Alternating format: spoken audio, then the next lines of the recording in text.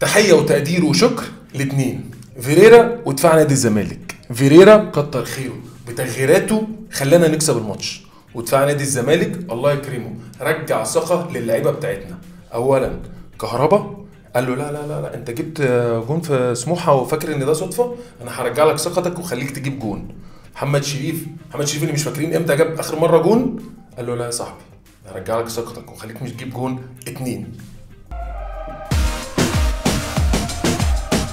الاهلي لسه مطرقع الزمالك 3-0 مع الرأفة. بس قبل ما نتكلم في الماتش دوت والنبي يا اهلاويه واحنا فرحانين كده ننزل نخبط لايك وشير وسبسكرايب.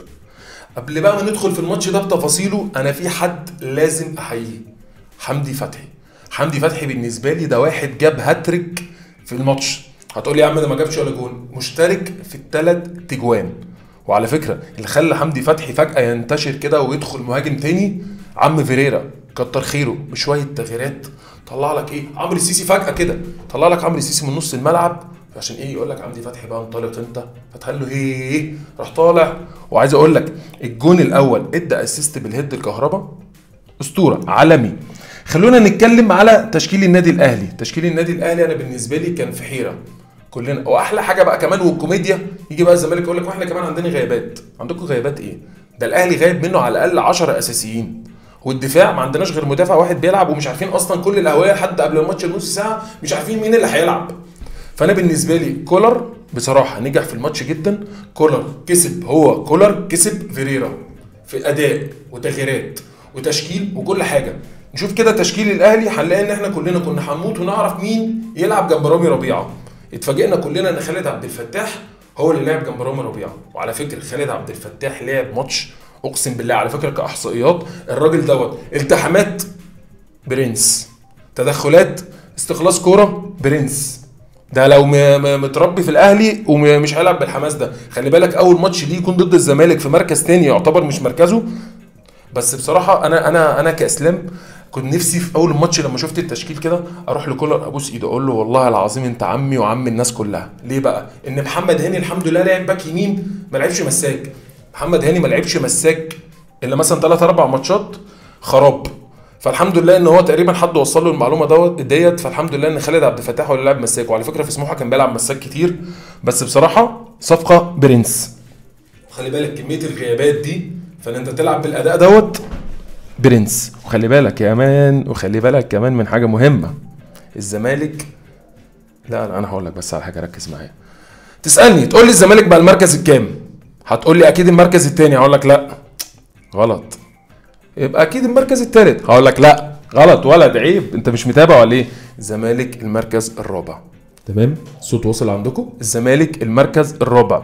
هتقعد تقول لي ما هو كده وكده قبل الماتش كان المركز الرابع، اقول لك لا الاهلي هو اللي وداه المركز الرابع.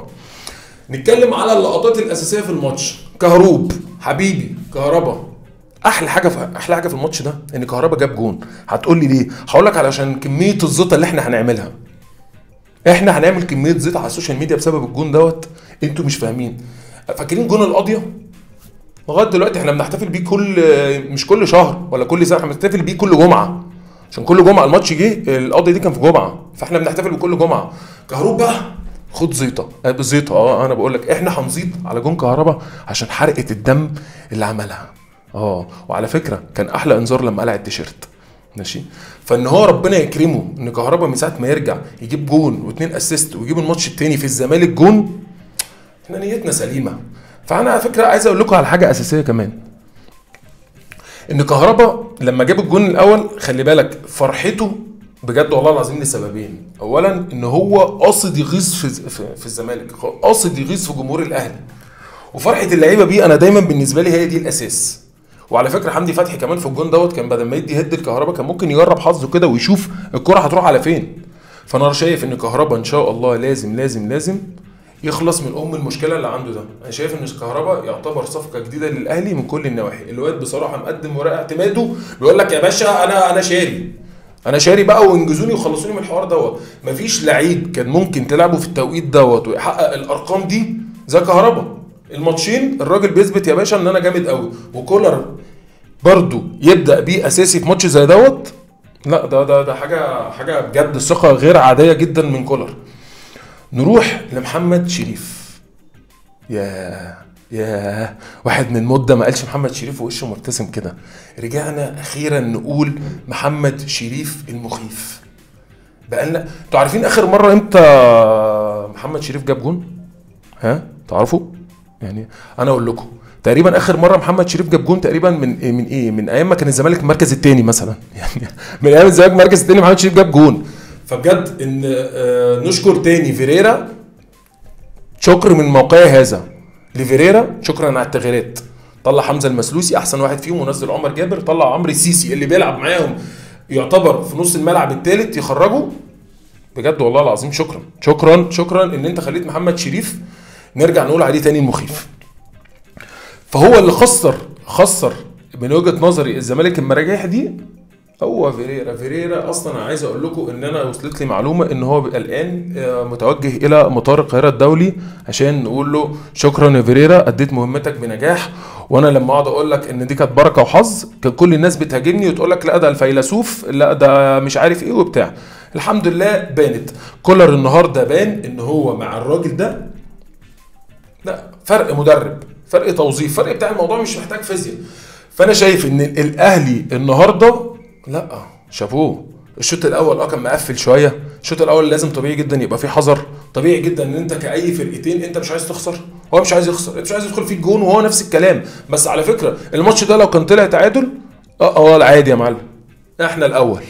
فطبيعي جدا الاول يا معلم ولا فارق معايا اي حاجه. هو انت لما تتعادل معايا هتبقى من المركز الرابع للمركز الاول؟ لا يا باشا، انت على فكره لو تعادلت تبقى المركز الرابع، يعني ما تبقاش حتى محافظ على المركز الثالث بتاعك.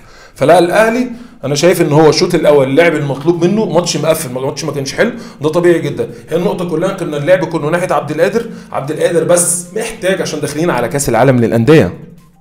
احنا الاهلي داخلين كاس العالم للانديه ان شاء الله، فلازم عبد القادر تمشي الدنيا شويه مع معلول كده وتحرك اللعب اسرع. كان اتجاهات اللعب كلها ناحيته وناحيه محمد هاني اللي انا شايف هو الراجل مموت نفسه. هو راجل من الاخر يعني دي امكانياته، يعني احنا خلينا متفقين ومعترفين ان دي امكانياته. فهو في حد ذاته بيعمل اللي عليه وبيموت نفسه، فانا حد ذاتي ده انجاز. وشاط شوطه حلوه جدا على فكره. فدي شويه محاولات خفيفه قوي في الشوط الاول. اللي حول بقى الدنيا في الشوط الثاني غير تغييرات عمنا وعم الناس كلها فيريرا طبعا كتر خيره، هفضل لازم اديه حقه عشان من هنا ورايح تعرفوا ان انا شخص بدي كل بني ادم حقه ماشي. بغض النظر عن التغييرات دي، طريقه لعب الاهلي اختلفت تماما. ان حمدي فتحي يزيد يبقى مهاجم تاني، تنقل الكوره، تنقل الكوره والسرعه من ورا لقدام، لا فرق كبير جدا. خصوصا ان انت عندك خط الدفاع الاثنين المساكين بتوعك مش اول مره يلعبوا مع بعض، اول مره يشوفوا بعض يعني حرفيا. يعني خالد عبد الفتاح اول مره يشوف ربيعه، يعني ده جاي لسه من سموحه فجاه السلام عليكم انا هلعب جنبك النهارده في مركز تاني ويلا بينا نخرب الدنيا. فربيعه راجل، الشناوي راجل، فرقه رجاله، فرقه ان انت الحمد لله بدل ما كنت بقالك فتره ماشي تعك خط هجومك الحمد لله برجوع كهربا بقادر يفوق. محمد شريف الحمد لله ابتدى يرجع وجاب جونين. الشحات ومحمد هاني ماشيين كويس جدا. اليو ديانج اكيد مش هتكلم عليه. حمدي فتحي رجوله يا ابني والله العظيم راجل. انت لو نمرتك معايا على الموبايل هكتب حمدي فتحي بين قوسين راجل والله العظيم. خط الدفاع معلول ملك الحلول، علول حبيب قلب الاهلاويه كلهم، احنا لازم تقول الجمله كده على بعضها. محمد هاني شابوه. رامي ربيعه انا بالنسبه لي اكتشاف، انا مستني رامي ربيعه انت هتقلش امتى بس عاش. الشناوي صمام الامان. فانا كنت شايف ان انا لازم ادي كل واحد حقه النهارده عشان احنا بجد فرحانين جدا وكلنا مبسوطين ولا جديد يذكر. فالاهلي دايما نعمه والحمد لله على نعمه الاهلي، ومستنيين نتكلم كتير بقى في الماتشات الجايه. ومعلش بقى احنا عايزين نلحق ننام عشان عندنا كاس عالم للانديه ان شاء الله، ودايما الاهلي مشرفنا. سلام.